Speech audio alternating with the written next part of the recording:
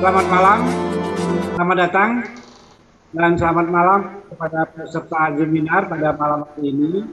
Kita bertemu lagi malam hari ini dengan saya, Hagi Sultan Adil dari Manajemen Trueback History, yang akan bertindak sebagai moderator pada malam hari ini. Malam ini manajemen dari Trueback History bekerjasama dengan Sultan Adil seperti biasa, Sultan Institut, dan malam ini khusus kita bekerjasama dengan Indian Ajikistan Match, IAM ya. Inilah yang lagi kita usahakan supaya kita bisa mempadukan, menyatukan visi. Malam hari ini saya lihat itu narasumber sudah ada. Cuma mungkin yang Pak Binot ya, mungkin nyusul dia ya. Nah, seperti biasa malam ini peneliti senior kita dari Trueback History Indonesia, Pak Santo Sabah. Selamat malam Pak Santo. Selanjutnya malam ini yang tak kalah berperan juga dalam kita membantu penyebaran dari Dharmic original ini, seorang praktisi Dharma Bali yang mudah kita kenal, yaitu Bli Surya Anom. Selamat malam, Bli. Selamat malam, Swastiastu. Selanjutnya, nah ini seorang ibu muda yang energik. Beliau ini ada lecture ya, guru senam yoga ya, yoga. Terus dia juga seorang researcher. Dan malam hari ini kita siapkan dia sebagai translator kalau memang misal kita dalam bahasa Inggris Indianya tidak begitu fasih. Nah, beliau yang akan memandu kita nanti. Dan juga beliau akan memberikan wawasan sedikit tentang yoga. Semoga aja ini. Dan terakhir yang kita paling tunggu sebetulnya Pak Virendra Sikahar ya. Kita baru saja dapat berita tadi sore, beliau ini masuk rumah sakit. Ya, dia merupakan founder dari Indian Ajikistan Match. Jadi dalam hal ini dia memberikan kuasa kepada asistennya, yaitu namanya Pak Binot. Oke.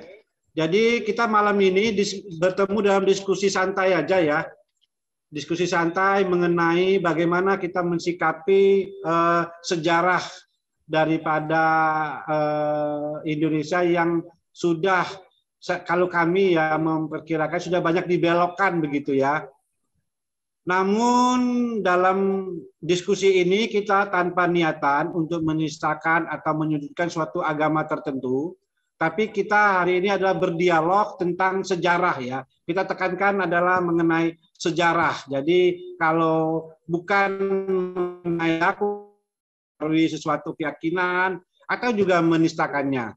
Jadi malam ini kita berdialog santai aja untuk kita bersaling tukar penelitian, hasil penelitian mengenai Dharmic original yang sudah dikemukakan oleh Bang Santo. Nah, untuk itu mungkin untuk yang pertama kita berikan waktu ke Bang Santo untuk membuka acara dan memberikan sambutan dalam diskusi malam ini. Bisa dimulai Bang Santo, silakan Bang Santo waktunya. Terima kasih saudara-saudaraku sebangsa dan setanah air. Terima kasih kepada saudara-saudara kita yang dominan dari Bali. Jadi saudara-saudara kita dari Bali ini adalah penjaga pintu gerbang Nusantara.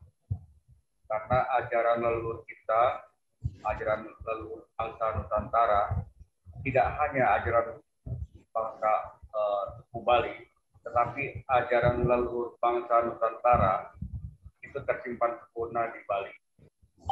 1 tahun saya meneliti tentang situs-situs, kemudian banyak situs-situs saya teliti, kemudian saya mempelajari ajaran leluhur kita. Tahun ini sudah hampir saya membuat buku 12 buku, ada 4 diantaranya adalah tentang Borobudur, ada 4 tentang Borobudur, karena Borobudur itu adalah monumen leluhur kita. Borobudur adalah monumen leluhur maju bangsa Nusantara Indonesia terdahulu itu tergambar di Borobudur.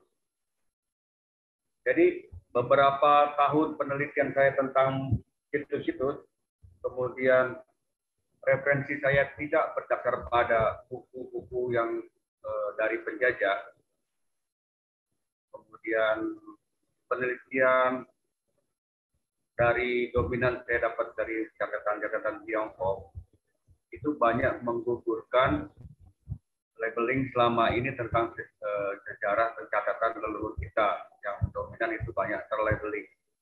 Jadi 76 tahun sudah kita merdeka, tapi pencatatan sejarah Indonesia, sejarah Nusantara masih menggunakan catatan versi penjajah, kacamata penjajah.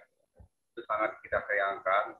Oleh karenanya, kita TBH, Rubrek History of Indonesia, yang sekarang sudah dimotori oleh Bang Sultan Aidil, kemudian dapat saya pendukung satu yaitu Beli Surya Anom, kemudian Pak Komang, kemudian saya disupport oleh Bapak Arta Dipa dari Karangasem, Bali. Banyak saudara-saudara saya yang support dari Bali. Jadi penelitian saya itu menemukan banyak hal-hal yang menggugurkan pencatatan labeling, pencatatan sejarah leluhur kita selama ini. Saya mulai dari Borobudur. Waktu itu saya 10 tahun meneliti Borobudur, termotivasi oleh Bapak Kiai Haji Fahmi Baja yang kemarin itu diundang oleh TBH, kemudian dia kasih presentasi, dia melabeling Bapak Kiai Haji Fahmi Baja itu Borobudur adalah peninggalan Nabi Sulaiman. Itulah hal yang memancing saya. Kemudian saya meneliti lebih dalam lagi, rupanya dalam penelitian itu banyak temuan-temuan hal-hal yang banyak menggugurkan labeling selama ini. Jadi labeling selama ini tentang Borobudur adalah menurut saya tidak tepat. Saya temukan Borobudur itu adalah monumen sejak peradaban maju leluhur Indonesia yang menyimpan di reliefnya itu adalah filosofi, rupanya filosofi Dharma. Dharmik original saya menyebutkan. Jadi Borobudur itu situs-situs di Nusantara, dalam hal ini Borobudur yang dominan itu, banyak menyimpan jejak leluhur kita, yang filosofi dasar leluhur kita itu sebenarnya Dharma, saya sebutkan. Dharmik original. Saya namakan Dharmik original itu untuk membedakan bahwa Dharmik original Nusantara itu tidak Buddha, tidak Hindu. Bahkan ajaran Dharma itu, yang saya sebut Dharmik original itu sampai saat ini terekam di Bali. Sampai saat ini terekam di Bali. Jadi nanti saudara-saudara kita beli Surya Anom itu dapat menjelaskan apa bedanya filosofi yang dipakai oleh saat ini oleh masyarakat Bali. Itulah sebenarnya ajaran leluhur Nusantara, ya. Ajaran leluhur Nusantara. Tidak hanya ajaran leluhurnya bangsa suku Bali, itu salah besar. Jadi kalau ada isu ingin membalikan Nusantara, itu salah besar. Karena dari ujung Sabang sampai Merauke itu filosofi ajarannya terdahulu itu nama Dharma. Bertepatan saja Bali menyimpan ajaran leluhur kita itu. Jadi tidak ada istilah membalikan Nusantara, membalikan Indonesia itu tidak ada. Jadi jangan salah kaprah ya. Oleh karena itu kita sekarang ini sedang edukasi. Jadi secara akademik ajaran leluhur kita itu yang bernama Dharma itu tersimpan di Bali. Makanya nanti saudara-saudara kita yang dari Bali harus banyak berkonsultasi bersama saya karena saya sering publikasi bahwa ajaran leluhur kita itu Dharma dan original itu tersimpan di Bali. Bagaimana itu Dharmanya? Itu kan saya sendiri kurang paham. Jadi nanti di antaranya di Pak Komang kemudian Beli Surya Anom kita dijelaskan. Jadi dalam catatan sejarah ya, kenapa saya katakan bahwa Dharmik original itu, ajaran leluhur kita itu, yang mendasari lahirnya 3 ajaran di India, yaitu Buddha, Jaina, dan Hindu. Itu basic dasarnya itu dari kita sebenarnya. Sejarah tidak catat tentang itu semua. Sejarah mainstream tidak ada yang tahu semua itu. Jadi dalam perkembangannya kita mulai dari India dulu sana ya. Di pencatatan sejarah, terutama pencatatan sejarah Eropa, itu dia mereka sejarawan Eropa itu mendeteksi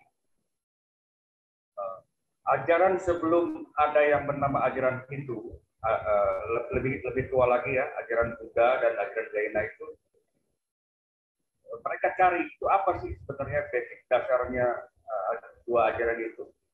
Rupanya dia sebut adalah dharmik. Itu terdeteksi oleh sejarawan Eropa itu dharmik namanya. Itu terdeteksi sudah ada di India sana 3000 SM. Ini saya pakai referensi catatan Eropa ya. Jadi sejarawan Eropa itu mendeteksi ada ajaran 3000 sebelum Masehi itu bernama dharmik yang dibawa oleh kaum Brahmanism. Kaum Brahmanism. Nah, terdeteksi lagi kaum itu bernama Scythia. Versi Eropa bilang Scythia. Nah, saya selidiki, rupanya Scythia itu adalah kaum Saka. Scythia itu Saka. Saka itu Arya. Dan sudah terdistorsi ya, Arya itu karena publikasi oleh Hitler.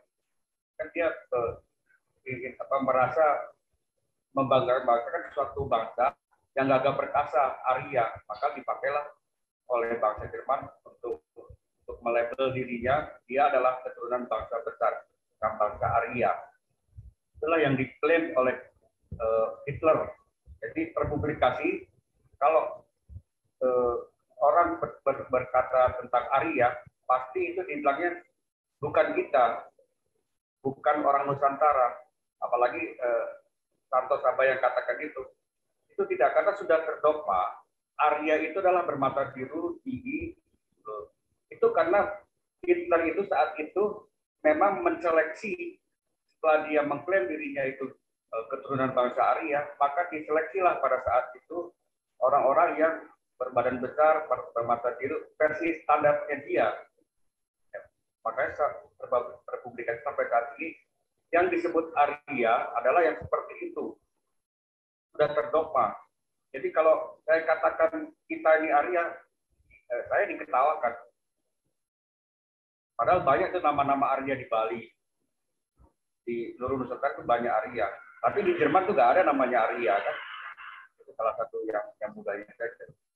Oke. Jadi 3000 SM itu terdeteksi ada bangsa yang bernama Scythia membawa ajaran. Kemudian setelahnya 1300 bangsa Arya, kaum pendatang itu mulai menuliskan Veda. Veda dibagi 4 oleh Indolog ya, terbagi dalam 4 bagian. Rigveda, Yajurveda, Atharva Veda, dan Samaveda. Itu Indolog membagi 4 bagian Veda tersebut. Oke, sampai 1300 SM ya. Kemudian di era 500 SM, 500, tadi kan 3000 sudah terdeteksi ada kaum Brahmanism. Kemudian 1300 baru kaum pendatang itu yang disebutnya Scythia Arya itu mulai menuliskan yang pertama Veda. 1300 Veda dituliskan oleh kaum pendatang yang pertama Scythia Arya. Sebenarnya itu adalah Saka, kaum leluhur kita. Sejarawan tidak ada yang tahu itu. Kemudian 1300 dituliskan, masa kesininya 500 SM, karena Veda ditafsirkan secara bebas, memunculkan suatu pandangan baru. 500 SM itu muncul pandangan baru karena Veda ditafsirkan secara bebas oleh orang-orang India sana.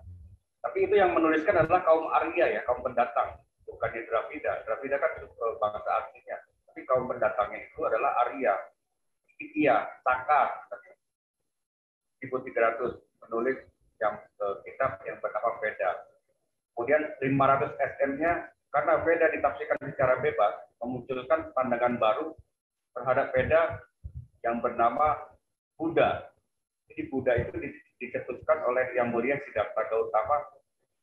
Siddhartha Gautama itu lahir di sekitar 500 SM. Jadi setelahnya itu baru, bukan pada saat Buddha lahir itu ada ajaran bernama Buddha, tapi setelahnya ya. baru tercetus namanya ajaran Buddha. Semasa dengan Siddhartha Gautama itu ada sosok juga yang bernama Mahavira. Dia mencetuskan ajaran tafsir bebas dari Veda, mencetuskan pemahaman baru yang bernama Jainism. Jadi ada dua tokoh di 500 SM, yang mulia Siddhartha Gautama dan Jainism. Itu 500 SM. Kemudian setelahnya ke sini 9 M, 9 Masehi, orang-orang yang tidak mau ikut kepada Buddha, tidak mau ikut kepada Jaina, tidak Islam, tidak Kristen, mengelompok yang masih menggunakan Veda, mengelompok ya, masih menggunakan berpegang pada Veda. Itu abad 9M.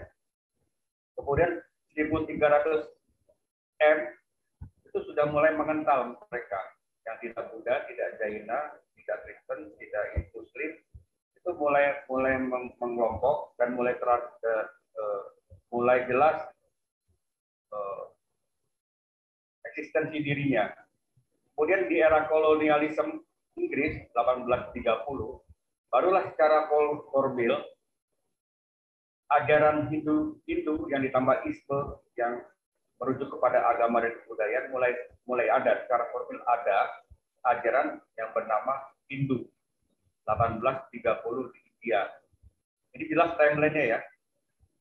Ada bangsa yang bernama Saka, India, 3000 SM, ekspansi ke tanah India, kemudian 1300 SM mulai menuliskan Veda, kemudian kesininya itu Veda ditafsirkan secara bebas, melahirkan dua ajaran Jainism oleh Mahavira, kemudian Buddhism oleh Yang Mulia Siddhartha Gautama 500 SM. Abad ke-9 Masehi, kemudian 1300 baru ajaran Hinduisme, Hindu tambah Isme 1830 di era kolonial Inggris. Jadi timeline-nya jelas. Nah, balik ke ajaran Dharma.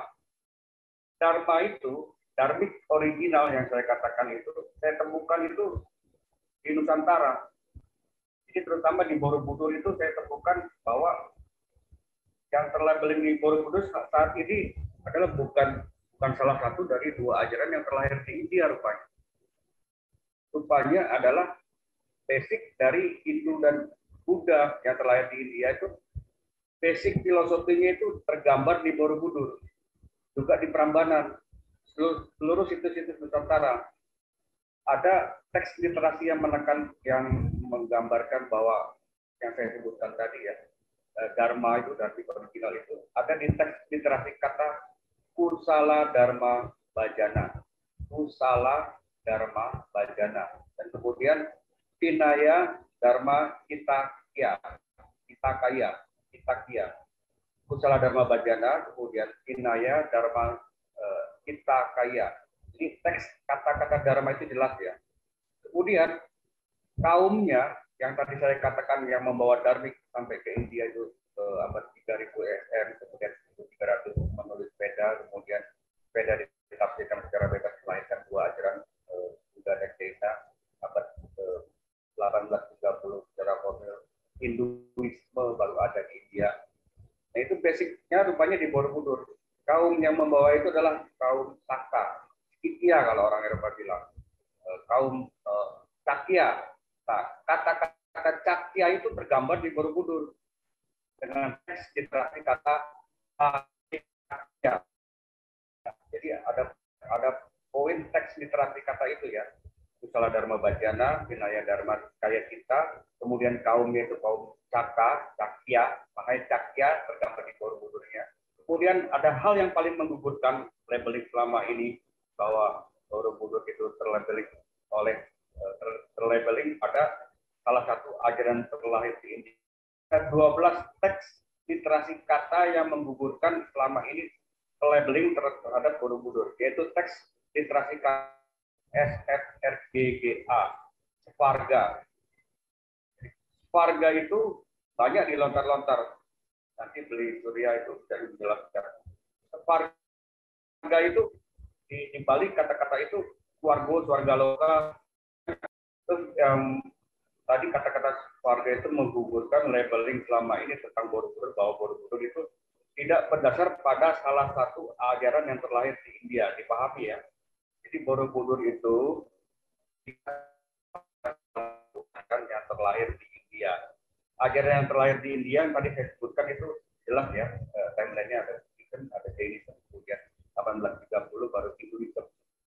Nah, Borobudur itu sudah dibuat jauh sebelum itu. Kemudian teks literasi kata Dharma terekam di Borobudur. Dharma, dari original. Tidak hanya segitu yang saya temukan ya, hasil penelitian setelah 10 tahun meneliti situs-situs kemudian dominan di Borobudur, itu terakhir eksplorasi ke tempat Pak Latif, nanti bisa ditanyakan ke Pak Abdul Latif itu. Beliau menyimpan artefak-artefak yang mendukung apa yang saya katakan ini. Jadi ajaran Dharma, Dharmik original itu di masa terdahulu itu dipelajari di Swarnadwipa, di Sumatera. Tepatnya landmarknya itu Candi Muara Takus, situs Muara Takus. Kampar, 13 foto Kampar. Jadi Candi Muara Takus itu ada area luas dikelilingi tanggul tanah kuno. Di tengahnya itu ada pusat puja. Jadi situlah ritual-ritual dharmik original dilakukan. Dan itu ritual-ritual dharmik para Brahmana, para Brahmanism itu dicatat oleh para peziarah Tiongkok saat mereka datang ke Nusantara. Yang adalah Pahuan, Yunsang, Yuning, Songyun, yang terjauh itu Songyun. Kemudian abad keempat itu Pahuan, ada Huining abad 5, abad ke-6 masih ada Yunsang, yang terakhir abad ke-7 itu yang lebih mendekati zaman modern itu 10-13 Masehi itu ada artis di Pamukara. Jadi mereka itu, para peziarah Tiongkok yang saya sebutkan tadi, mereka datang belajar Dharma. Jangan salah kaprah bahwa mereka tuh belajar ajaran Dharma, ajaran Dharmik original. Yang terkenal adalah Atisa di Pamukara. Atisa di Pamukara itu belajar kepada Swarnadwipa Dharma Kirti. Nah itu di Muara Takus landmarknya. Dan ajaran Dharmik itu sudah monotheism, ininya ya, sudah monotheism. Jadi ajaran leluhur kita dari Nusantara sampai Nusantara itu bernama Dharma, dan kirinya itu sudah monotheism. Jadi salah kalau seandainya ada publikasi bahwa leluhur kita itu animisme, dinamisme. Juga bukan berdasar pada dua ajaran yang terlahir di India. Leluhur kita sudah mempunyai ajaran yang bernama Dharma. Ajarannya sudah monotheism. Bukan ajaran yang terlahir di India.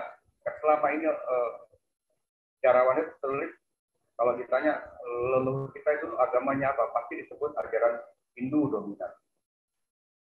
Jadi tidak seperti itu.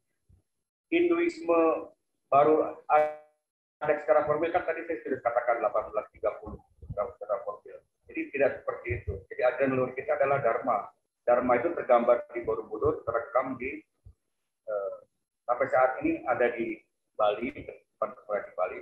Terdahulu dipelajari di Swarnadwipa di Sumatera. Landmarknya ada. Kemudian ritual-ritual dharmiknya itu di antaranya adalah prasawiya, gerakan suci memutari objek ya.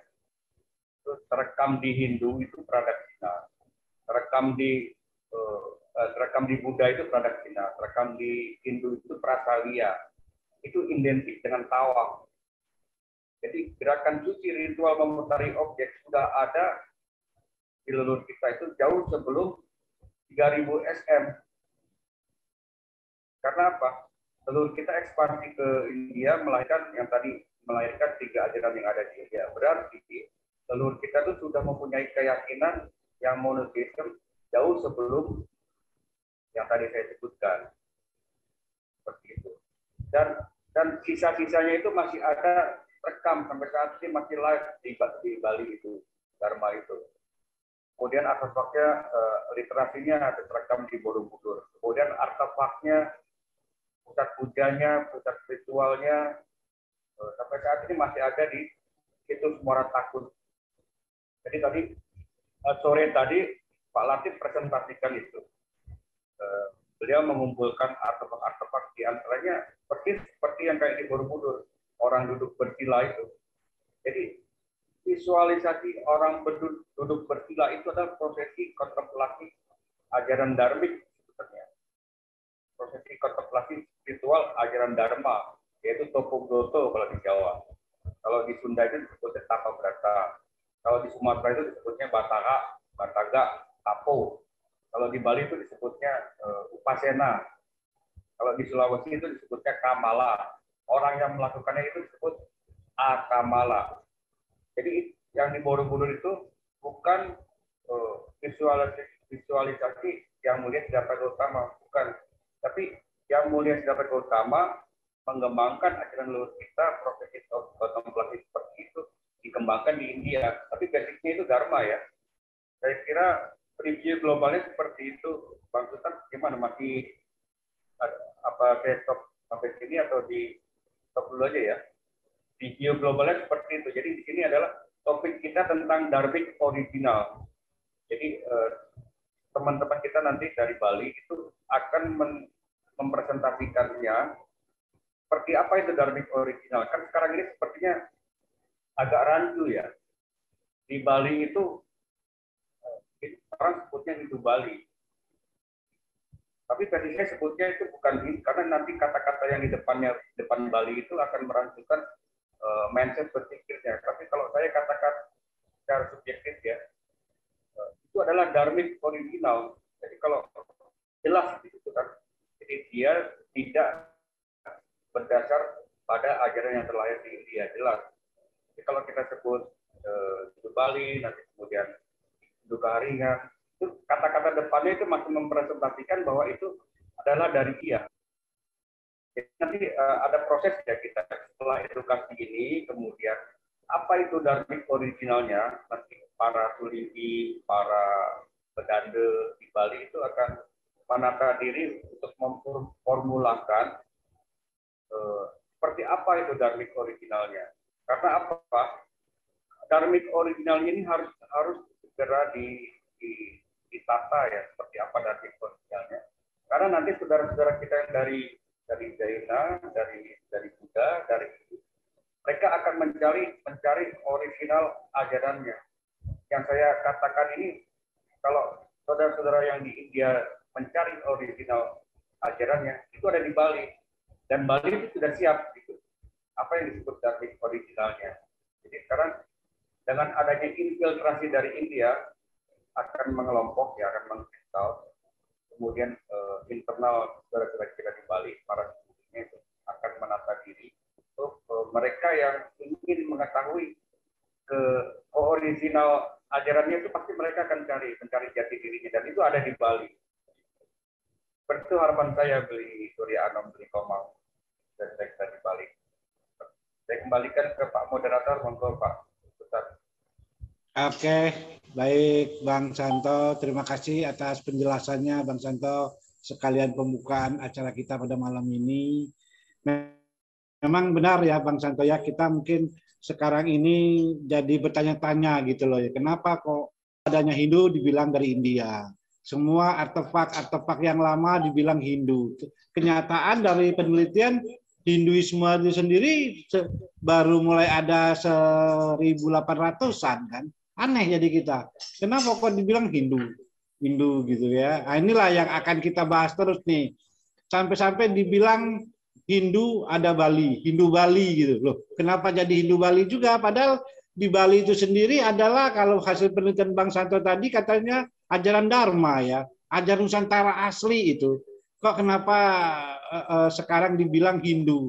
Hindu dus dari India lagi kan. Nah, inilah yang akan mungkin nanti Beli Surya akan memberikan penjelasan yang lebih detail lagi, lebih jelas lagi. Kenapa kok kita sekarang ngebahas masalah Hindu Bali ini ya.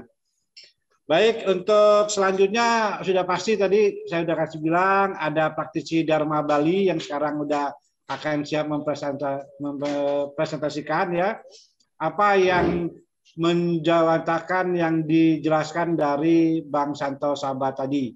Untuk itu waktu kami persilakan Beli Surya Anom, silakan Beli. Selamat malam, Om Swastiastu. Terima kasih juga kepada semua audiens. Di sini saya memang agak susah apa yang saya harus jelaskan ya.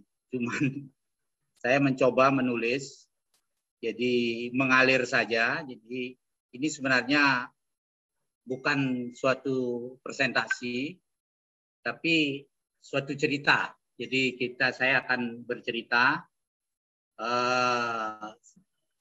ya sesuai dengan Dharmic original, di mana saya mengambil topiknya yaitu religi Bali dan India itu berbeda.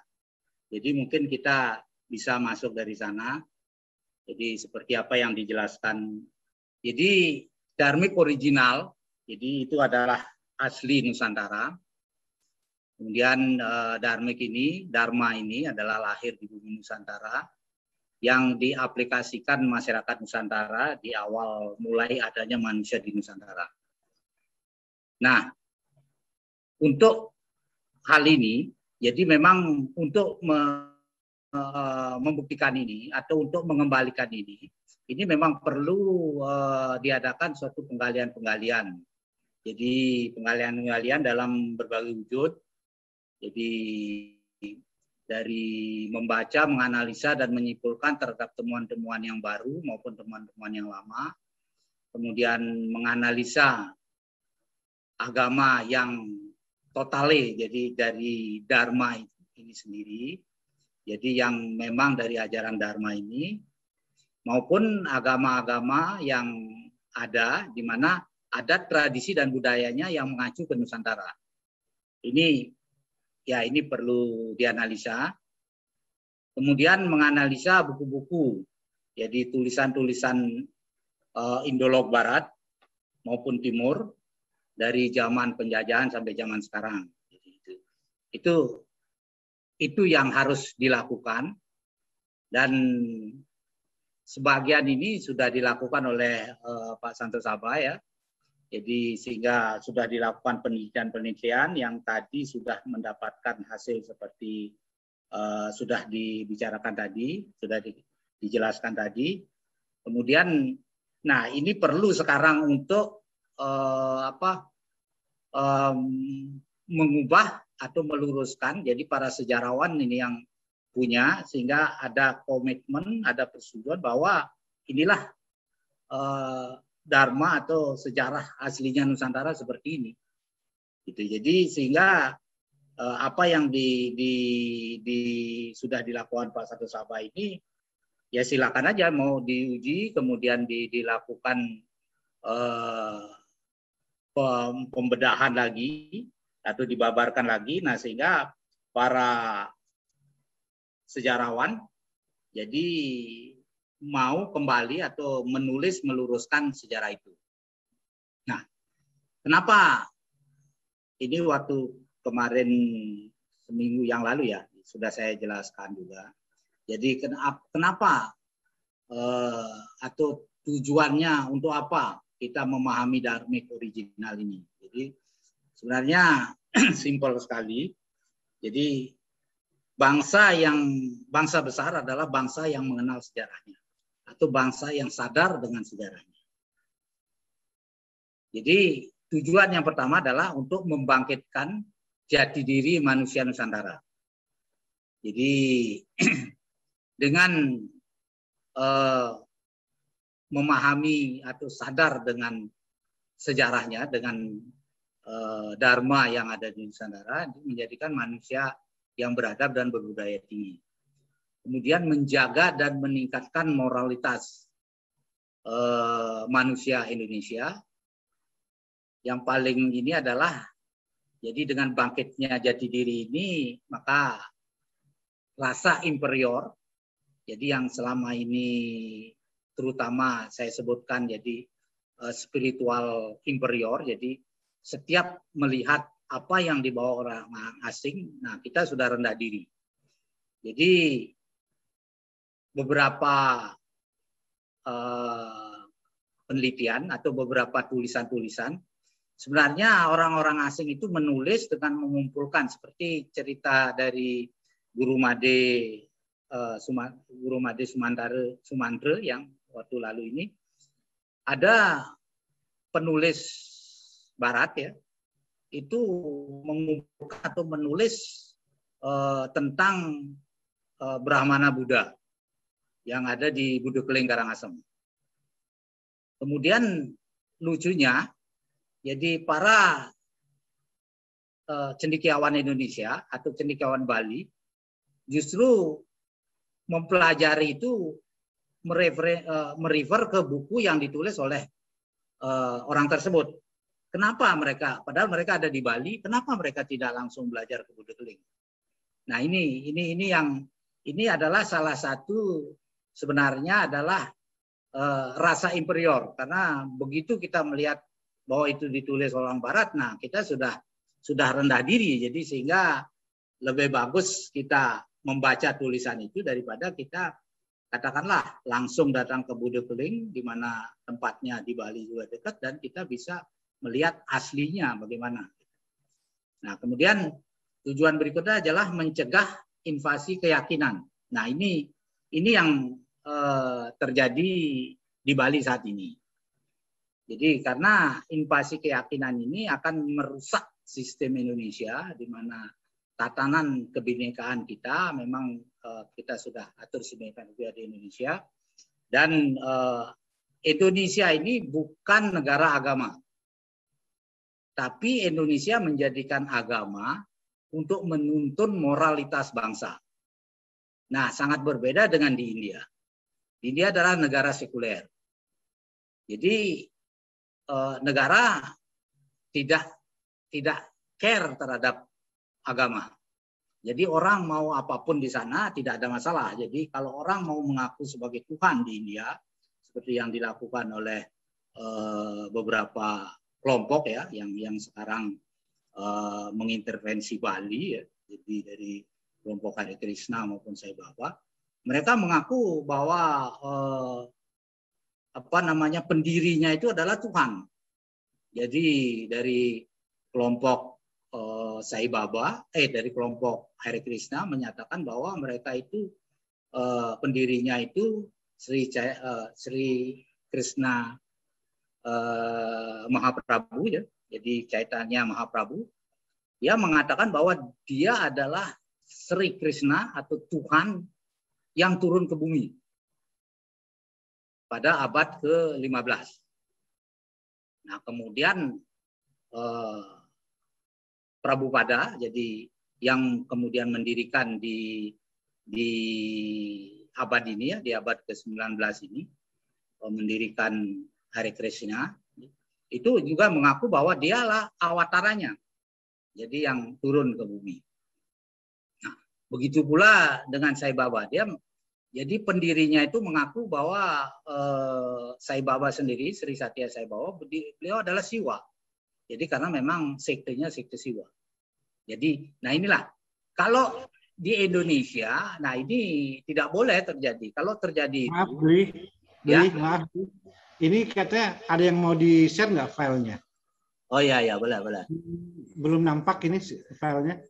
Jadi yang kedua, jadi mencegah invasi keyakinan.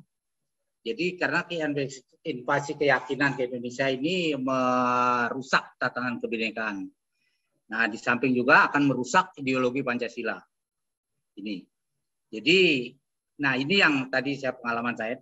Jadi kalau di India orang mengaku sebagai Tuhan itu tidak ada masalah. Tapi kalau di Indonesia orang mengaku Tuhan, nah kalau mereka itu dari katakanlah dari agama Islam, nah itu akan pelecehan terhadap agama Islam itu sendiri. Itu ada. Nah, kalau dia dari katakanlah dari agama Hindu, nah itu juga pelecehan terhadap Hindu itu sendiri. Nah ini bedanya antara India dengan Indonesia. Nah sehingga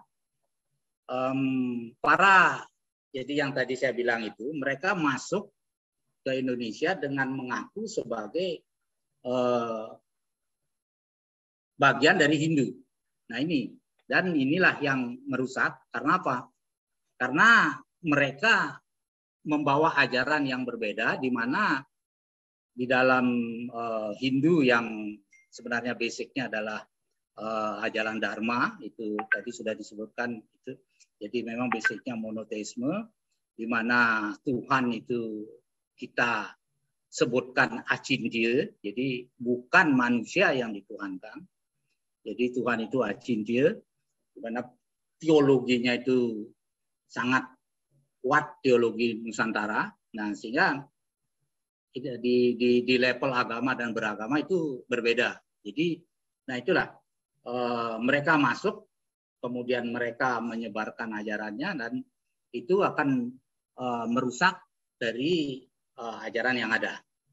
Kemudian ketiga adalah meluruskan sejarah Nusantara dan menggali kearifan Nusantara yang terhilangkan. Nah ini terutama sekali seperti yang sudah dijelaskan oleh Pak Santosaba, jadi di mana kenapa tahun Saka itu mulai di tahun 78 Masehi. Padahal Saka itu terjadi jauh sebelum itu. Ini yang menyebabkan jadi banyak sejarah-sejarah yang hilang. Itu satu. Terus kedua, banyak sejarah-sejarah yang menjadi muda. Nah, sehingga apa yang ada dahulu, seandainya disebutkan tahun Sakanya tertentu, nah itu akan menjadi sangat mudah karena mulai tahun Saka itu 78 sebelum Masehi. Nah, sehingga mengakibatkan jadi para cendekiawan Dharma Nusantara yang zaman dulu itu akan hilang dia. Jadi karena tahunnya dimudahkan. Jadi itu. Jadi perlu pelurusan sejarah Nusantara ini untuk menggali kearifan Nusantara yang hilang. Nah, saya akan berbicara mengenai agama Hindu Bali dan keyakinan Nusantara lainnya. Nah, maksudnya keyakinan Nusantara lain ini adalah yang tadinya belum memakai nama Hindu. Nah, saya sedikit bicara mengenai tadi sudah disinggung oleh Bang Santosaba.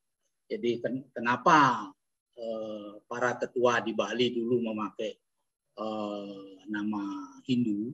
Jadi di awal kemerdekaan, jadi dua agama yang sudah diakui oleh pemerintah pada saat itu adalah agama Islam dan Kristen. Nah, di mana pada saat itu bahwa seandainya di luar dari agama itu akan dimasukkan ke kolom kepercayaan, dan mereka yang mengikuti kolom kepercayaan itu harus ikut salah satu agama yang diakui di Indonesia. Nah itu, dan itu hilang itu waktu baru-baru ini kan, jadi waktu direview oleh Mahkamah Konstitusi ya.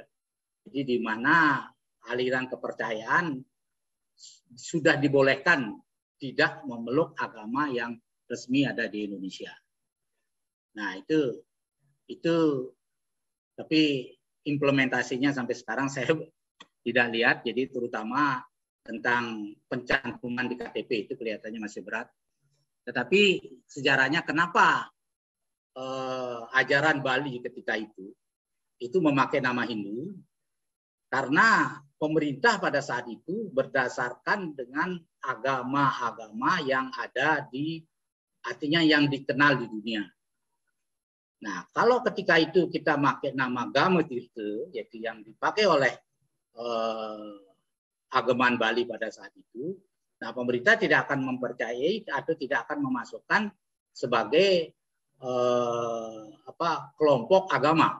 Dia akan masuk kelompok kepercayaan seperti yang terjadi pada saudara-saudara kita, jadi Sunda Wiwitan, Kaharingan, dan yang lain-lainnya pada saat itu tidak diakui sebagai agama. Padahal Sunda Wiwitan itu juga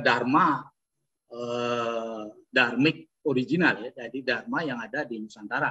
Dan mirip sekali kalau kita membaca Siksa Kanda ya, jadi rontal yang dipakainya itu persis apa yang ada di Bali. Jadi mereka menyebutkan Panca Brahma di sana, Jadi persis mirip ya apa yang ada di yang dipelajari artinya diimplementasikan Dharma Tirta di Bali. Jadi memang, nah itulah sebabnya kenapa kemudian dipakai nama Hindu.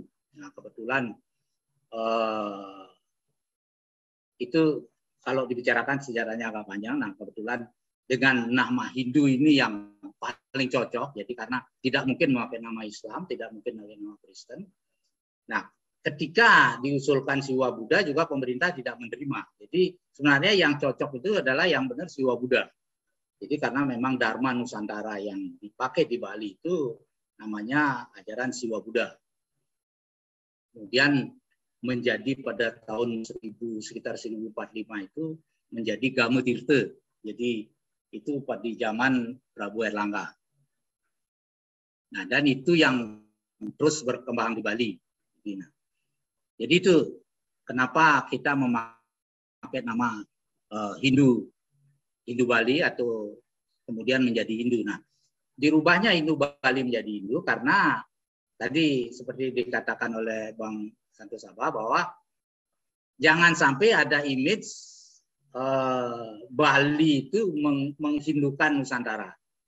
Jadi, nah sehingga rekan-rekan yang atau saudara-saudara kita yang masuk ke Dharma Nusantara, kemudian agar diakui sebagai agama, itu memakai nama Hindu. Nah, sehingga yang sudah resmi itu seperti Kaharingan itu sudah masuk, jadi menjadi bagian dari Hindu. Jadi dan beberapa seperti Dharma yang ada di Tengger itu juga sudah masuk menjadi Hindu. Nah itulah sebabnya kata Balinya itu dihilangkan. Kemudian terjadi masalah. Jadi karena apa? Karena dengan kata Hindu ini, nah menjadilah image bahwa ini berasal dari India. Dan kebetulan para sejarawan, jadi para penulis Barat juga, jadi waktu zaman penjajahan, mulai jadi di abad 19 itu memang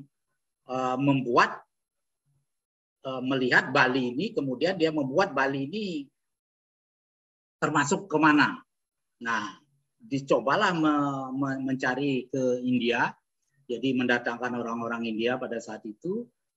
Padahal kalau dilihat, seperti komentar yang pernah saya baca, jadi dari Rabindranath Tagore, dia mengatakan bahwa Bali itu sangat lengkap. Jadi apa yang ada di Bali, apa yang ada di India itu ada di Bali. Tapi apa yang ada di Bali belum tentu ada di India. Jadi Bali itu sangat lengkap pada saat itu. Jadi dengan Siwa Buddha ini. Nah, sedangkan di India sampai sekarang itu terpecah menjadi berbagai sekte. Dan seperti saya katakan tadi, siapapun membuat agama di India ya tidak ada masalah. Jadi sehingga semua itu memuja dari dewa-dewa yang ada, nah itu dijadikan Tuhan di India. Sampai memuja Hanuman, jadi ada Tuhan Hanuman, ada Tuhan segala macam di India.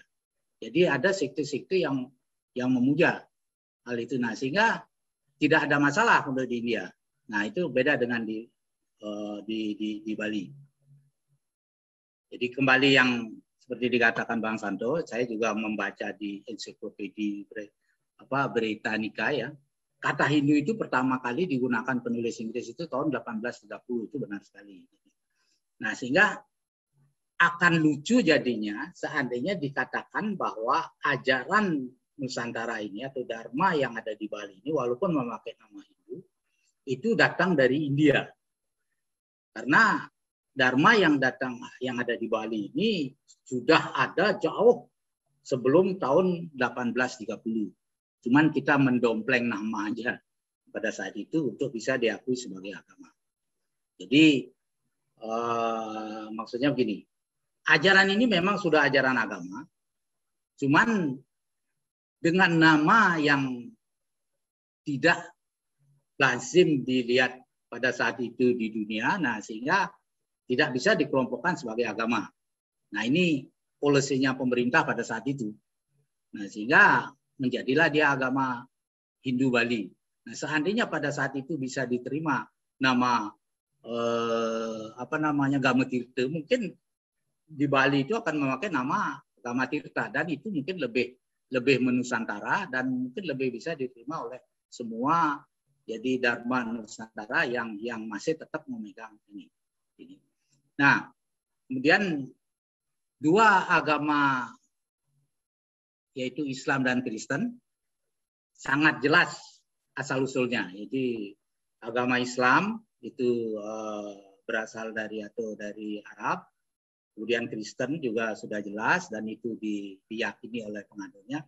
Nah, Hindu ini yang artinya Hindu Bali ini yang memang penganut Hindu Bali pun di Bali ya tidak semua mengatakan bahwa ini dari India, artinya tidak semua meyakini dari India.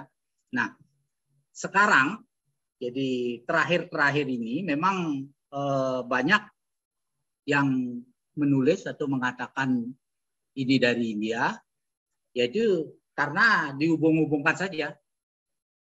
Jadi saya membaca beberapa buku, kemudian karena salah satunya seperti karena melihat ada peninggalan-peninggalan yang mirip di India seperti tembikar atau nama dewa-dewa yang mirip dengan India, nah sehingga dikatakan bahwa ini berasal dari India. Nah, ini sesuatu yang mungkin tidak bisa diterima. Jadi belum bisa diterima oleh sebagian besar. Nah, cuman menjadi masalah karena sejak zaman kemerdekaan jadi terjadi pergeseran di Bali.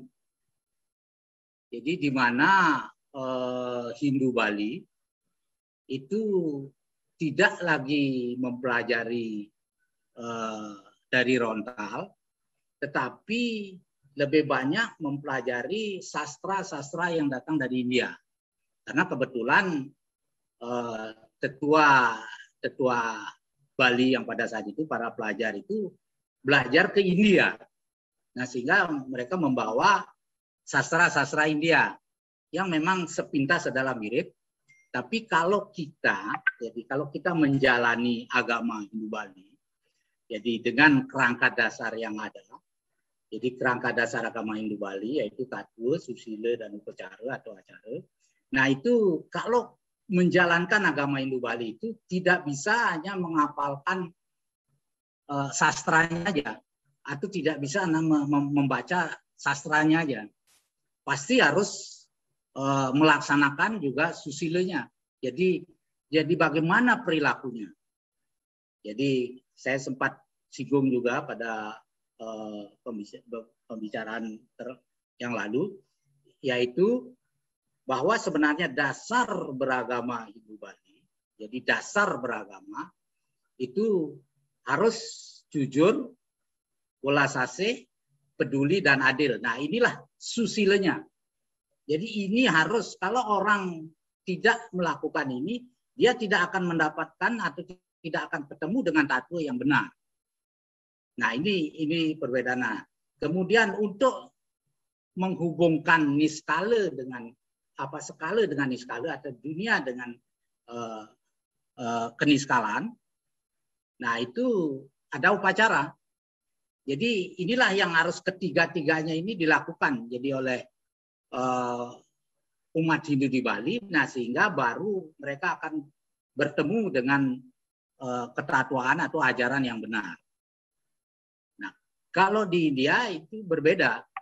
Jadi di India itu kental dengan sektenya, kemudian di India itu juga banyak, jadi dengan hanya belajar sastra agama, jadi belajar sastra, belajar dari buku, itu mereka sudah mengatakan itu beragama. Nah, ini berbeda dengan apa yang di Bali. Nah, kemudian perkembangannya di Bali, jadi dengan hal ini seolah-olah kelihatan orang Bali itu tidak memahami sastra. Karena apa? Karena praktiknya yang ditonjolkan. Nah, sebenarnya tidak seperti itu karena saya bicara pengalaman saya sendiri. Jadi saya memang banyak baca sastra India ketika saya sekolah di Surabaya. Tetapi karena dasar saya juga adalah mempraktekkan ajaran dari agama Hindu, jadi susila sama upacaranya ini saya praktekkan juga. Nah, itu saya mendapatkan sesuatu yang timpang gitu. Apa yang disebutkan di sastra itu tidak cocok dengan apa yang saya lakukan. Nah, sehingga kemudian saya balik. Jadi saya perdalami jadi lelaku seperti orang Jawa, saya melakukan lelaku. Jadi tape brata yoga semadi ini, jadi tape bratanya ini saya lakukan.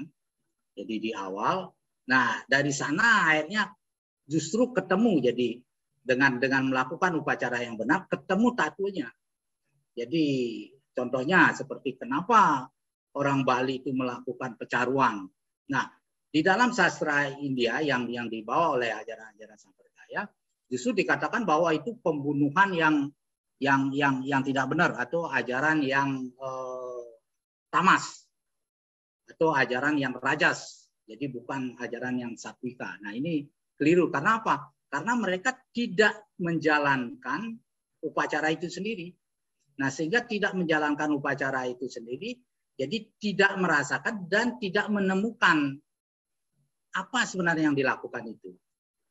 Jadi seperti tadi saya bilang, jadi melakukan upacara pecaruan. Jadi dari orang-orang sekte yang datang dari dia mengatakan Hindu Bali sendiri, jadi manusia itu mempunyai 3 permana, yaitu tri permana, jadi bayu, sabda, idep. Jadi manusia itu bisa berbicara dan punya idep, manah, pikiran. Jadi, nah ini bedanya. Nah, binatang itu punya bayu dan sabda. Dia hanya bisa bergerak, tapi dia bisa berbicara, tapi dia tidak punya pikiran, dia tidak punya wiwike, dia tidak punya logika. Nah, kalau manusia punya. Nah, kemudian kalau tumbuh-tumbuhan juga cuma satu, jadi punya bayu aja. Jadi dia hanya bisa berpindah, itu pun pindahnya karena suatu pergerakan yang dilakukan waktu perkembangannya. Jadi perkembangan. Oke, maaf Beli Anom, bisa diinterupsi sebentar, Beli? Ya. Interupsi sebentar ya. Ini kebetulan Pak Rajendra Sikurni sudah masuk. Oke. Yang Indianya udah masuk. Mungkin kita sapa sebentar. Nanti Beli Anom bisa melanjutkan lagi ya. Ya, silakan. Oke, silakan itu Mbak Ningrum untuk menyapa Rajendranya. Ya, terima kasih Pak Sultan. Good evening, Mr. Rajendra Singh Kurni. You can unmute yourself. Ma'am English Yes. Hindi से बोलिए ma'am. Nah, you can talk English. Oke lah, kalau gitu mungkin kita hold sebentar dulu Pak Rajendranya. Kita kembali ke Beli Anom ya untuk melanjutkan presentasinya. Ini bagus banget nih kayaknya nih. Mantap ini Beli Anom. Lanjut Beli. Ya, saya share screen dulu. Ya, dengan share screen kayaknya lebih paham kita. Oke, ya udah. Jadi saya ya. Jadi, lanjut. Jadi saya sebenarnya ini bicara untuk mengemukakan bahwa agama Hindu Bali itu berbeda dengan India, dengan Hindu di India itu aja. Jadi itu intinya. Jadi seperti yang saya jelaskan tadi, sehingga jadi fakta di tataran beragama saat ini terdapat perbedaan yang menyolok dan prinsip dengan agama Hindu yang mengusung sekte di India. Jadi perbedaan yang prinsip ini, tetapi di Indonesia atau di Bali sendiri, karena berdasarkan dari referensi buku-buku yang ditulis oleh yang saya sebutkan tadi, jadi pada Indo Barat, kemudian dianalisa dengan ya saya tidak tahu bagaimana menganalisanya, sehingga banyak para cendekiawan atau para akademisi dan para tokoh sastra yang ada di Bali, jadi mengaitkan jadi Hindu Bali itu dengan Hindu India dan mengatakan bahwa memang bersumber dari India. Ketika di zaman penjajahan atau di zaman eksplorasi bangsa Eropa ke Asia, termasuk Asia Tenggara, di mana para cerdik pandai dan juga para rohaniawan, jadi rohanian Barat yang saya katakan, melihat keyakinan orang Bali ini berbeda dengan Islam dan Kristen. Jadi kemudian secara sepintas di permukaan muncul pesan bahwa keyakinan ini mirip dengan yang ada di India. Jadi maka mulailah orang-orang Eropa tersebut membuat suatu karya atau tulisan ilmiah sehingga membuat logika bisa menerima. Jadi dilogikakan bisa diterima bahwa itu memang ada kaitannya dengan India atau bersumber dari India. Nah, tulisan para penulis Barat ini kemudian dipakai dasar oleh para sejarawan dengan melabeli agama Hindu atau Buddha terhadap kerajaan-kerajaan pra-Islam yang ada di Indonesia. Jadi dengan tulisan-tulisan ini kemudian para sejarawan di Indonesia, jadi ya tidak hanya yang beragama Hindu, artinya sejarawan, jadi ada yang beragama Islam dan lain sebagainya, itu melabeli jadi kerajaan-kerajaan pra-Islam itu dengan label agama Hindu atau Buddha. Nah, padahal kalau kita mengacu bahwa nama Hindu itu dipakai pada 1830, artinya ya seharusnya secara logika pelabelan dengan Hindu itu keliru. Jadi karena dulu itu tidak ada label agama yang dipakai oleh kerajaan-kerajaan pra-Islam. Jadi artinya kerajaan-kerajaan sebelum Islam, kerajaan-kerajaan yang ada di Nusantara. Nah, kekuatan tulisan-tulisan ini sampai sekarang dipakai dasar berpikir untuk menganalisa tentang Bali. Jadi apalagi setelah dengan resmi keyakinan orang Bali diakui sebagai agama dengan nama agama Hindu Bali, kemudian dirubah menjadi Hindu saja agar berkesan tidak Bali sentris untuk mengakomodir umat yang masih meyakini keyakinan leluhur seperti Sunda Wiwitan atau aliran kepercayaan Jawa, Kaharingan, dan Marapu dan lain-lain. Jadi, nah, jadi yang saya maksud kekuatan tulisan-tulisannya adalah tulisan-tulisan Barat semua itu menjadi dasar berpikirnya para akademisi atau intelektual yang menulis tentang agama itu menjadi dasarnya. Nah, sehingga sampai sekarang banyak tulisan-tulisan, jadi yang terutama tulisan-tulisan yang ditulis oleh para cendekiawan itu yang melabeli bahwa asal Hindu itu atau asal Hindu Bali itu adalah dari India. Kalau asal kata Hindunya dari India itu benar, tapi ajaran yang ada di dalam Hindu Bali itu tidak berasal dari India. Nah, ini dengan temuan-temuan yang ditulis Pak Santo Sabha, nah itu bisa untuk mengembalikan atau menyanggah semua itu. Nah, cuman inilah perlu dilakukan hal itu.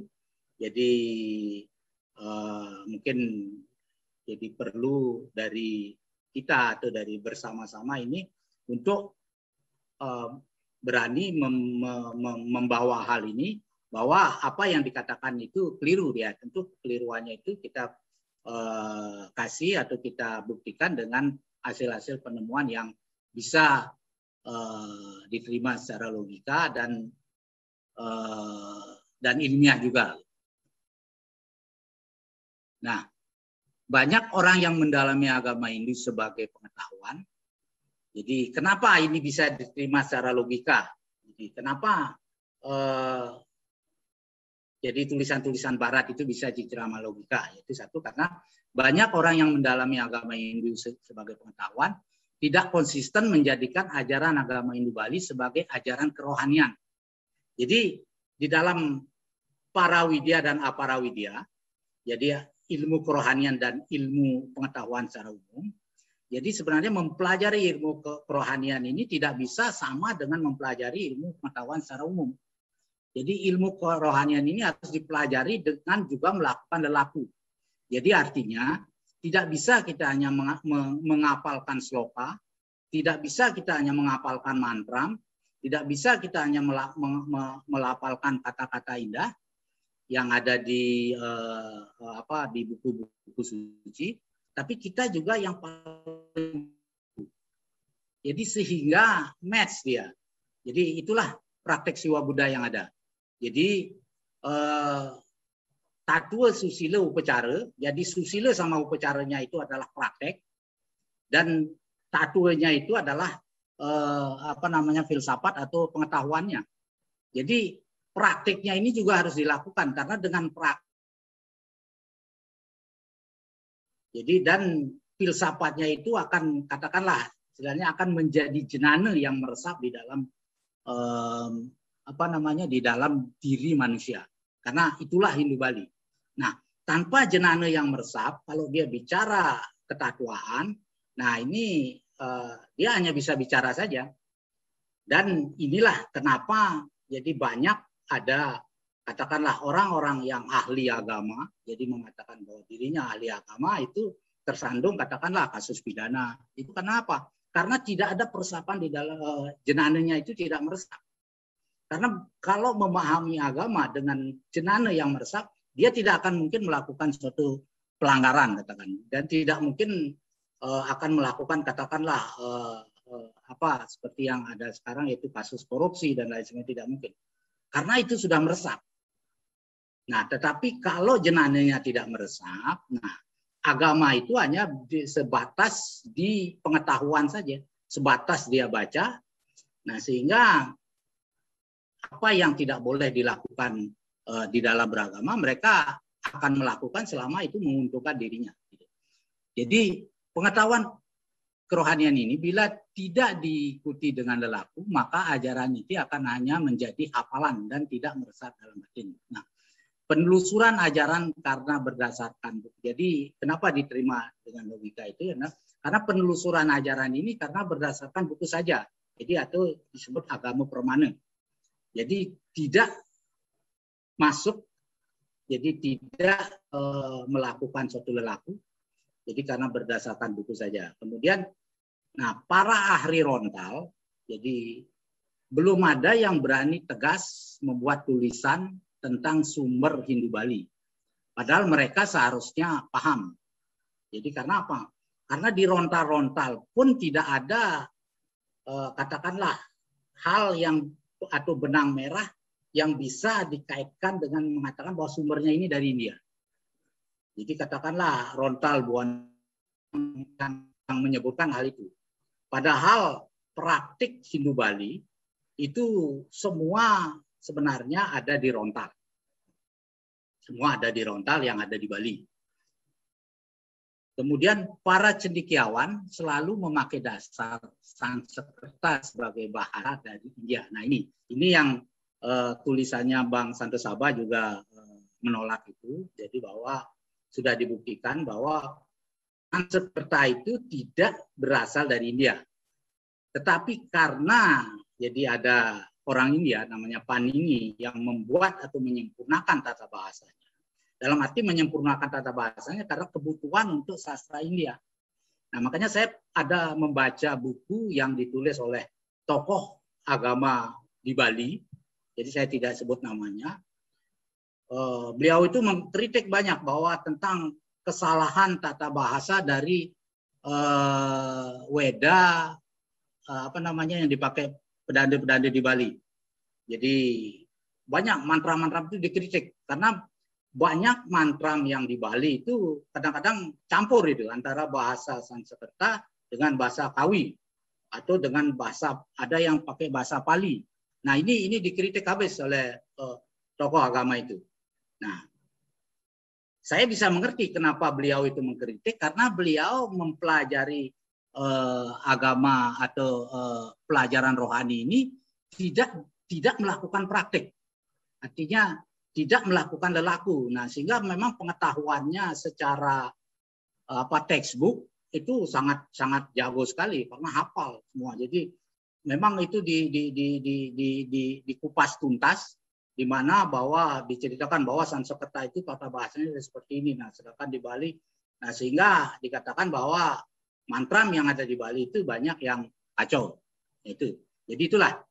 Jadi karena apa? Karena semua berdasarkan dari belajar dari buku, tidak masuk perjalanan. Nah, kenapa saya bilang seperti itu? Ya ini karena saya juga mempraktikkan. Nah, kemudian saya juga setelah saya pensiun, jadi tahun 2015 saya pensiun, 2017 saya pergi ke Bali, kemudian saya mendalami praktik di Pedukuhan Budo Ireng.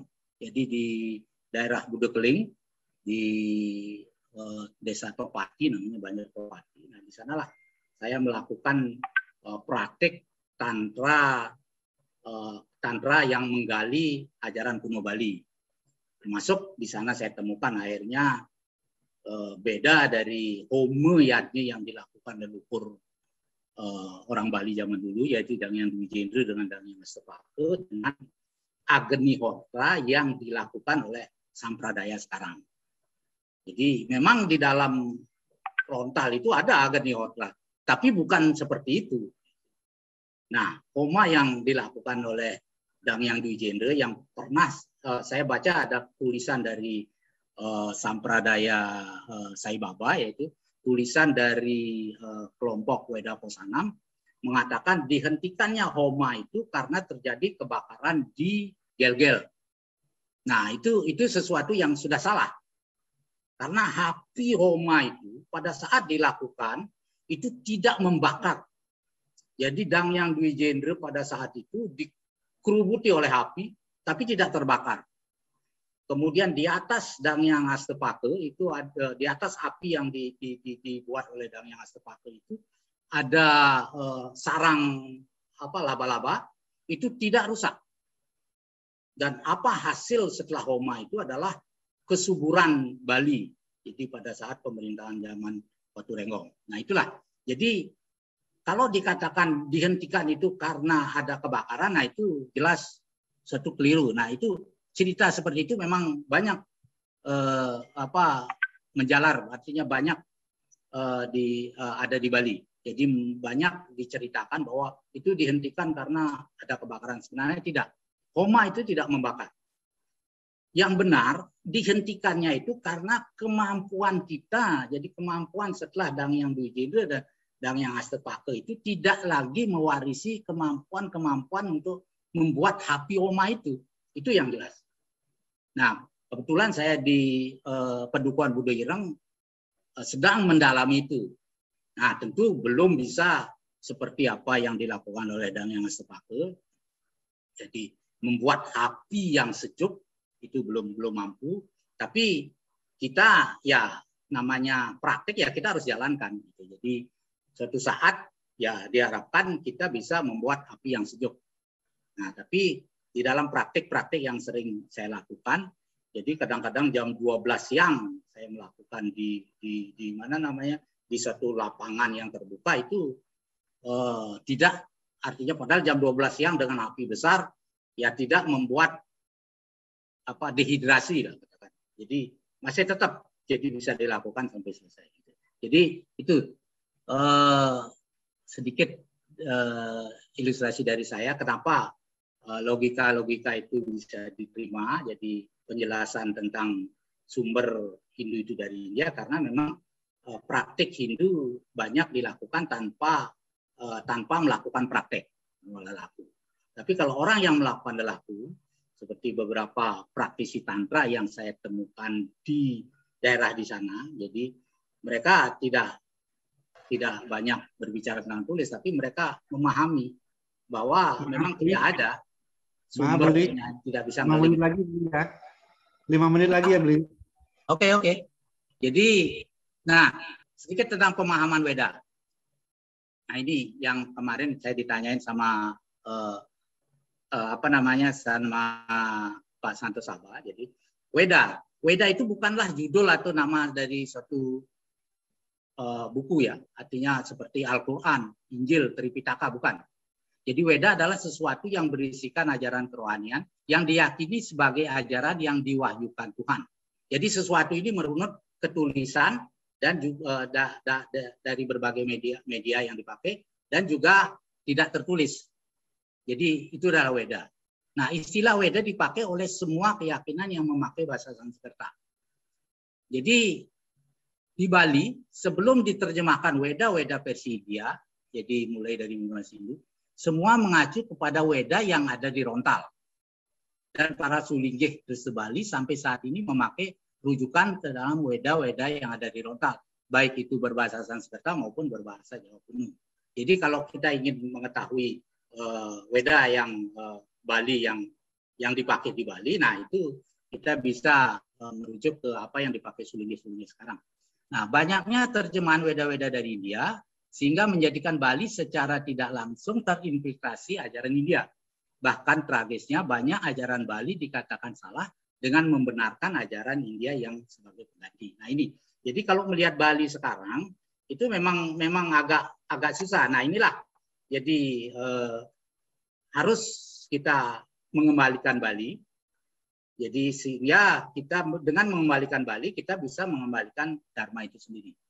Nah, ajaran asli Bali ini masih bisa dirunut atau terutama dalam Stawa Stuti Manpram Bebanten untuk Yaji yang dipakai oleh para Sulinggih Kristen Bali.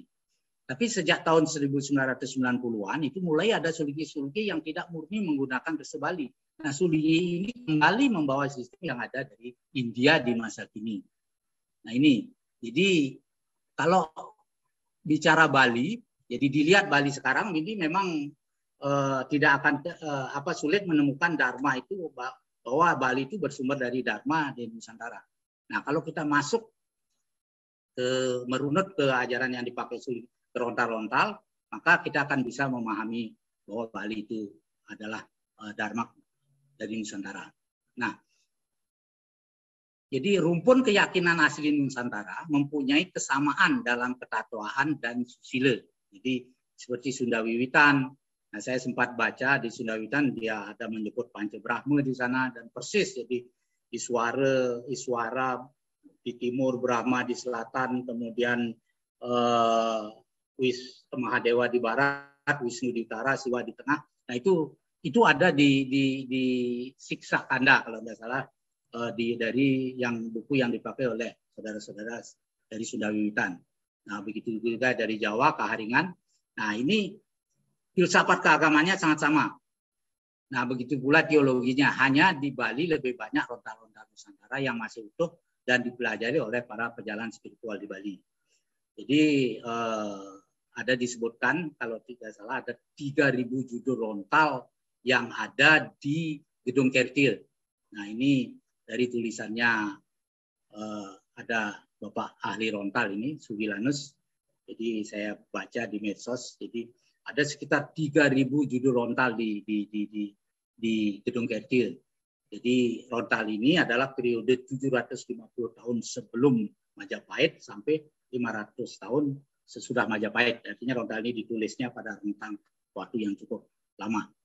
Nah, tentu 3.000 judul ini jauh kecil dibandingkan dengan rontal kita, jadi rontal Nusantara yang ada di Belanda.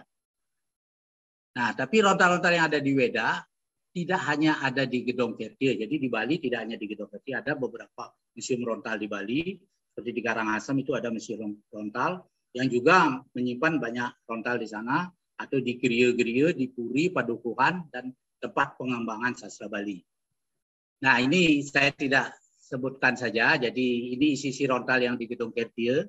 Nah, dari pemaparan ini saya bisa katakan bahwa apa yang ada di Gedung Kertil itu memang pure, bahwa Bali itu kalau kita mau merujuk ke sana tidak akan ketemu benang merah bahwa Bali itu bersumber dari India. Nah, memahami Weda kembali lagi yang seperti tadi. Jadi Weda di Bali, jadi memang itu ada Seruti, Semerti, Sila, Acara, dan Atmanastuti. Nah, ini sesuai dengan apa yang ada di dalam Sarasa Muscaya. Jadi Seruti itu Weda yang langsung disabdakan oleh Tuhan. Nah, di Bali zaman dulu Seruti ini diterima oleh orang-orang Sidi. Nah, di dalam saya mendalami di Padukuhan, sebenarnya apa yang ditulis dikatakan seruti menurut kami di Pedukuhan itu tidak seruti karena itu sudah tertulis. Jadi yang bisa nyeruti, yang bisa menerima seruti adalah orang-orang yang sudah CD. Jadi yang saya katakan orang-orang yang mempunyai vibrasi frekuensi yang sama dengan vibrasi frekuensi Brahman atau Paramatman. Jadi itu. Nah, sedangkan yang sudah ditulis yaitu sebenarnya adalah semerti. Walaupun sastra India mengatakan bahwa Rigveda, jadi itu seruti. Nah, itu karena sudah tertulis sebenarnya masuk ke semerti. Tapi kita di Bali, artinya di dalam ilmu agama, nah itu diyakini sebagai seruti. Ya memang itu seruti, cuman tidak konsisten dengan apa yang kita definisikan. Karena seruti itu adalah weda yang langsung disabdakan oleh Tuhan. Jadi bukan melalui media-media yang lain. Nah, kalau semerti, nah inilah yang sudah ditulis. Jadi yang diingat oleh orang Sidi, kemudian ditulis, nah itulah weda seruti. Weda semerti. Nah, dalam versi India ini dikatakan tafsir dari seruti. Nah, sebenarnya kalau saya mengamati, artinya di pedukuhan saya, di Budayirang atau Wajrajanana, itu tidaklah 100% bahwa semerti itu tafsirnya dari seruti. Karena semerti itu adalah isi dari rontal-rontal atau isi dari apa yang ditulis. Jadi ajaran yang ditulis itu semerti. Nah, termasuk di sana itihasa Purana itu termasuk di dalam semerti. Nah, begitulah luasnya. Nah, Purana tidak semua Purana yang di India itu yang cocok sebenarnya di Bali, karena di Bali itu sebenarnya ada Purana-Purana dan kemudian ada juga rontal-rontal jadi semerti yang memang sebagai dasar agaman Bali.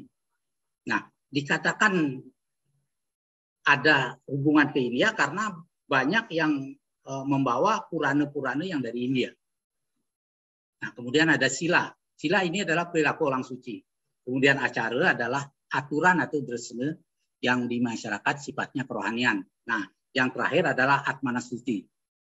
Jadi Atmanastuti ini adalah orang Bali sering mengatakan kletek bayu atau apa yang ada di hati-hati kecil. Nah, sebenarnya bukan seperti itu. Atmanastuti ini hanya ada pada orang yang memang sudah sidi. Jadi tidak tertulis tapi ada di dalam dirinya. Itu jadi weda yang ada. Jadi sehingga untuk weda seruti seperti yang katakan tadi ini hampir orang Bali kalau zaman dulunya hampir tidak pernah ada yang membaca weda seruti. Karena weda seruti ini untuk memahami weda seruti ini sangat berat. Jadi seperti yang saya katakan tadi bahwa orang itu harus sudah mencapai kalau di Catur Asrama itu sudah mencapai di Wanaprasa atau sampai di Biksu Asrama. Nah, itu baru bisa memahami seruti itu sendiri. Nah, ini sedikit syarat untuk mempelajari Weda kalau di Bali. Jadi orang Bali itu mempelajari Weda yang zaman dulunya itu harus memahami Wedanga dulu. Maaf beli. Okay. 5 menit lagi ya beli ya. 5 menit lagi ya. Oh ya ini sudah terakhir ini. Jadi memahami Wedanga. Nah di Wedanga inilah. Nah kenapa akhirnya di Bali itu seperti ada ahli wariga dan lain sebagainya. Nah sebenarnya itu adalah mereka-mereka yang berjalan akan memahami Weda. Jadi mempelajari Weda, terutama ke Weda Seruti. Karena tanpa itu, tanpa pemahaman dari Wedanga ini, 6 bagian yaitu siksa, itu fonetik, canda atau irama, wiyakarana, tata bahasa, nirukta, etimologi, atau asal suku kata, kemudian Jyotisa, ini yang banyak di Bali, yaitu di Bali yang disebut wariga, kemudian kalpa, ini mengenai upacara keagamaan. Nah, tanpa memahami ini, orang akan susah masuk. Jadi, tanpa punya jenana seperti ini, orang akan susah masuk ke Weda. Walaupun mereka sekarang bisa menghafalkan, karena paling gampang. Jadi, masuk ke internet, ke Google, akan banyak didapatkan mantra-mantra. Nah, dan kemudian mereka yang bisa bahasa Sanskerta akan menerjemahkan mantra itu. Apakah benar terjemahannya itu? Nah, itu yang tanda tanya, karena apa yang tercantum di Mantram tidak segampang itu untuk diterjemahkan. Oke, jadi ini saya tulis relasi dan hubungan. Nah, memang Bali itu mempunyai hubungan dengan dunia, masuk dengan India. Nah, terutama mengenai perkembangan kebudayaan Bali. Ya, contohnya dalam tari, patron ukiran, cerita, itu banyak ada katakanlah pertukaran atau orang Bali itu seperti Sampik Ingtai itu cerita dari Cina. Itu populer di Bali, banyak dipentaskan. Kemudian, nah justru yang banyak, artinya yang saya temukan itu justru banyak budaya Cina yang di Bali, bukan budaya India. Nah bahkan ada tempat-tempat ibadah Cina atau dewa-dewa Cina yang ada di beberapa pura tua yang ada di Bali. Nah justru tidak ada apa namanya, katakanlah mandir di pura itu hampir tidak ada, saya tidak pernah temukan di Bali. Nah, artinya apa? Artinya ya ini untuk mengatakan bahwa memang tidak ada, Bali itu bukan berasal dari India. Apakah dari Cina juga tidak? Karena itu adalah karena kebudayaan saja. Jadi ada hubungan, relasi, jadi tapi bukan bersumber dari sana. Kemudian keyakinan atau agama Hindu Bali menjadi sangat mirip dengan India justru terjadi setelah buku-buku sastra India banyak diterjemahkan ke dalam bahasa Indonesia, dan itu dikaitkan dengan agama Hindu Bali. Nah, makanya kalau melihat Hindu Bali yang sekarang, ya memang itu akan mirip India. Tapi kalau kita mau mendalami, jadi dengan Tattwa Susilo Pecara itu tidak akan kita lihat tidak ada kaitannya dengan India sama sekali. Jadi itu Pak Sultan Adil. Jadi itu mungkin dari saya, ya maaf agak artinya tidak tersusun rapi, tapi ya itulah cerita yang saya ingin sampaikan untuk menyatakan bahwa Hindu Bali itu hanya nama Hindunya aja dari India, tapi isinya itu, arti dharmanya itu bukan bersumber dari India. Nah, yang saya tahu ya bersumber dari Nusantara, dan lebih detail lagi seperti yang dijelaskan Bang Santo, di mana dari Suwarna Dwipa dengan penemuan-penemuan itu, nah itu memang perlu di-link, tapi yang jelas semua itu ada di Nusantara. Nah, di Gametirta juga saya temukan bahwa Jambu Dwipa itu sebenarnya bukan India. Nah, sering ini dicemakan bahwa Jambu Dwipa itu adalah India. Jambu Dwipa ternyata diterjemahkan di Gametirta itu adalah bahwa pulau di zaman itu. Nah, di mana pulau di zaman itu adalah Jawa Dwipa dan Bali Dwipa. Jadi itu dikatakan Jambu Dwipa. Ada apa namanya, sloka yang berbahasa Jawa kuno di ajaran di Rontal Gametirta itu ada menyebutkan Jambu Dwipa. Ternyata terjemahannya itu bukan Pulau India, artinya bukan India, tetapi terjemahannya pulau zaman itu, di mana pulau zaman itu adalah Java Dwipa sama Bali Dwipa. Jadi munculnya Gametirta itu. Ya, itu Pak Sultan Adil. Saya kembalikan lagi. Mungkin kita bisa berdiskusi selanjutnya. Oke, baik, Bli Anom sangat menginspirasi nih dengan adanya, dengan mungkin kalau dengan kita verbal aja mungkin masih agak bingung, tapi setelah Bli mengemukakan secara ada flyer-flyer tadi, itu kita lebih paham, Bli. Jadi itulah ya kesimpulannya benar bahwasanya Bali itu bukan India. Hindu Bali itu bukan Hindu sebetulnya, adalah agama ajaran Tirta yang ada di Bali itu bukan India sebetulnya.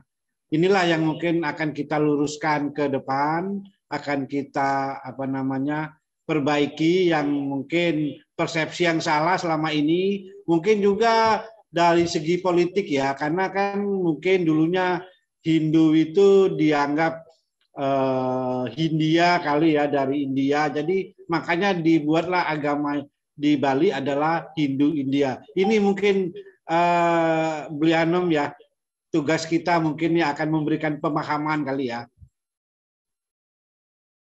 Ini kali.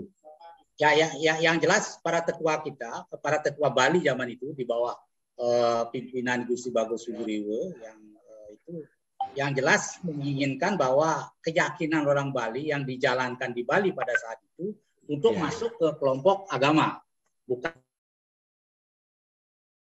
dipakai kata Hindu itu tadi ya. Baik, Beli, terima kasih paparannya, atas paparannya sangat menginspirasi, benar-benar memberikan pemahaman baru nih bagi kita-kita. Ya, kita kan yang non Hindu Bali ya, kita dari Muslim, jadi kita lebih memahami lagi ya bagaimana sih sistem di agama Hindu itu, dan agama di Bali itu ternyata bukan India begitu. Tadi kita lanjut, mohon maaf ini kayaknya Pak Rajendra ini sudah keluar ya, nggak kelihatan lagi. Mbak Ningrum gimana itu dia itu? Kita juga nggak paham itu ya, bahasa dia juga. Saya harus belajar bahasa India dulu nih. Itulah yang kita sayangkan ya. Mungkin inilah ya, mohon maaf bener ya, kita tadi Pak Rajendra juga udah bilang dia dapat musibah apa kita tidak tahu, kalau yang jelas dia masuk rumah sakit tadi sore begitu. Jadi mungkin tadilah dia mengutus orang dia tadi Pak Binon tadi ya, Binot namanya ya. Mungkin dia kurang pede juga kali ngelihat kita sebanyak ini kali ya. Oke, tadi saya lihat info ke perwakilan dari Indian Embassy kalau memang tertarik untuk selanjutnya Pak, saya sudah japri Pak Surya Anom dan Pak Santo Sabah, nanti mungkin bisa diundang minggu depan atau tanggal minggu selanjutnya. Baik, nanti kita atur jadwal dulu ya, karena memang jadwal kita untuk ngebahas Bali sudah tiga sesi ya, sudah banyak 3 sesi. Mungkin ke depan kita kembali ke Sumatera lagi, kita akan membahas Sriwijaya dulu beberapa sesi. Mungkin nanti kita balik lagi membahas mengenai Borobudur, mengenai Bali. Yang intinya kita inilah yang akan kita akan kita publish ini, pemahaman mengenai ajaran Hindu Buddha ini. Kenapa kok dari dulu kok kalau ada candi disebut candi Hindu, ada Buddha, ada candi Buddha, nggak ada candi Tirta ya gitu. Padahal di Bali banyak banget tuh candi. Baik, mungkin kesempatan ini kita berikan ke Mbak Ningrum dah ya untuk memberikan sedikit sebelum tanya jawab ya. Ini udah Pak Guru Made sudah pengen bertanya nih, tapi karena memang jadwal kita memang jadwalnya Mbak Ningrum dan ternyata si Indianya juga tidak ada lagi, kita berikan waktu sekitar 10 menit atau 5 menit deh ke Mbak Ningrum untuk memberikan pemahaman beliau tentang ajaran Dharma ini. Kebetulan beliau ini adalah guru yoga. Nah, silakan Mbak, kalau mau ada yang mau dibicarakan. Silakan, waktu kami persilakan. Terima kasih Pak Sultan.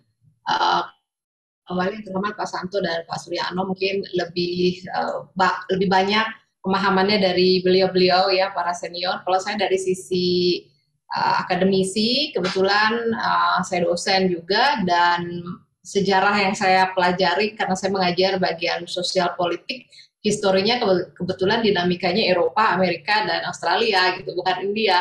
Kebetulan lagi mengajar profesi lainnya adalah sebagai guru yoga. Nah, itulah kenapa akhirnya saya memahami beberapa histori atau sejarah daripada Weda dan lain sebagainya. Dan setuju dari tadi penjelasan dari Pak Surya juga Pak Santo bahwa arsitektur yang kita miliki, begitu pula literatur ya, bahan-bahan sastra, bacaan, itu memang banyak yang tersimpan dan tidak tereksplor untuk dipahami secara dalam, bahwa dari Nusantara sendiri banyak bukti-bukti sejarah yang memang sudah perlu mungkin dari komunitas ini, through back history ini bisa membawa ini menjadi fenomena yang baru agar budayawan-budayawan Indonesia juga didengarkan pendapatnya, penelitiannya, dan lain sebagainya. Dan saya mengajar kebetulan yoga untuk di Bali untuk foreigner, khusus untuk murid-murid asing.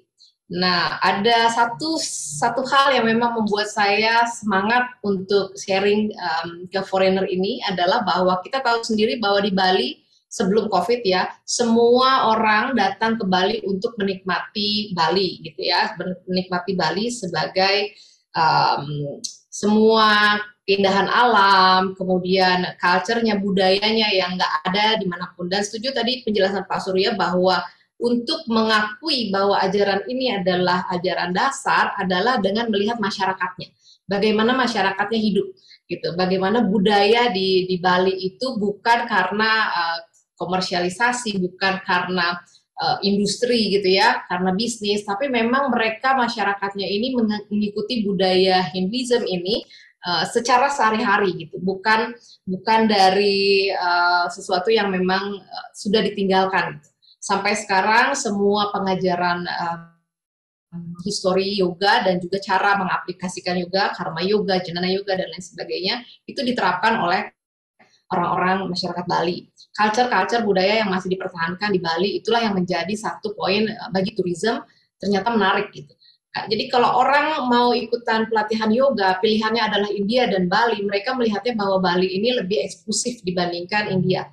Kenapa? Karena memang selain keindahan budayanya, juga kebersihannya itu jauh lebih bersih dibandingkan India. Kemudian yang lainnya adalah keramah tamahan budaya Bali itu sendiri, masyarakat Bali. Dan satu hal yang memang sangat disayangkan adalah mengencourage para guru lokal, tenaga pengajar lokal untuk bisa bangun, bangkit dan berbagi pengetahuannya itu agak sedikit terbatas ya, dengan kondisi yang mungkin bahasa dan juga promosi marketing. Ini juga yang memang menjadi salah satu penghambat bagi teman-teman guru lokal yang sangat berkualitas, sangat dalam pemahamannya mengenai yoga. Sayangnya kalah bersaing dengan foreigner. Karena saya perhatikan apa yang terjadi di Bali adalah guru-guru asing yang datang dengan visanya visa turis gitu ya, tidak bayar pajak dan lain sebagainya. Mereka hanya mengeksploitasi keindahan budaya Bali tanpa memberikan sumbangsi apapun.